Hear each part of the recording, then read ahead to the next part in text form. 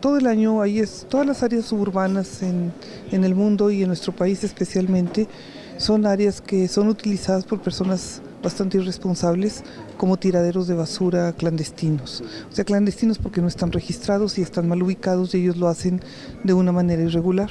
Entonces tenemos en todo lo largo de la sierra una gran cantidad de personas que en lugar de esperar a que pase el camión de la basura para que se lleve sus desechos, pues prefieren, se me hace más difícil ir al cerro a tirarlos, pero así lo hacen, ¿no?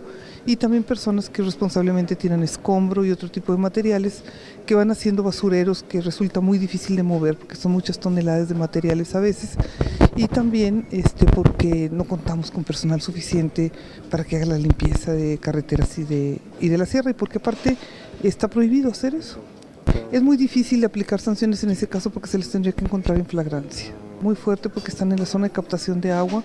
Es muy lamentable que hagan ese tipo de actividades. Con la imagen de Roberto Fuentes para RCG informó Enrique Hurtado.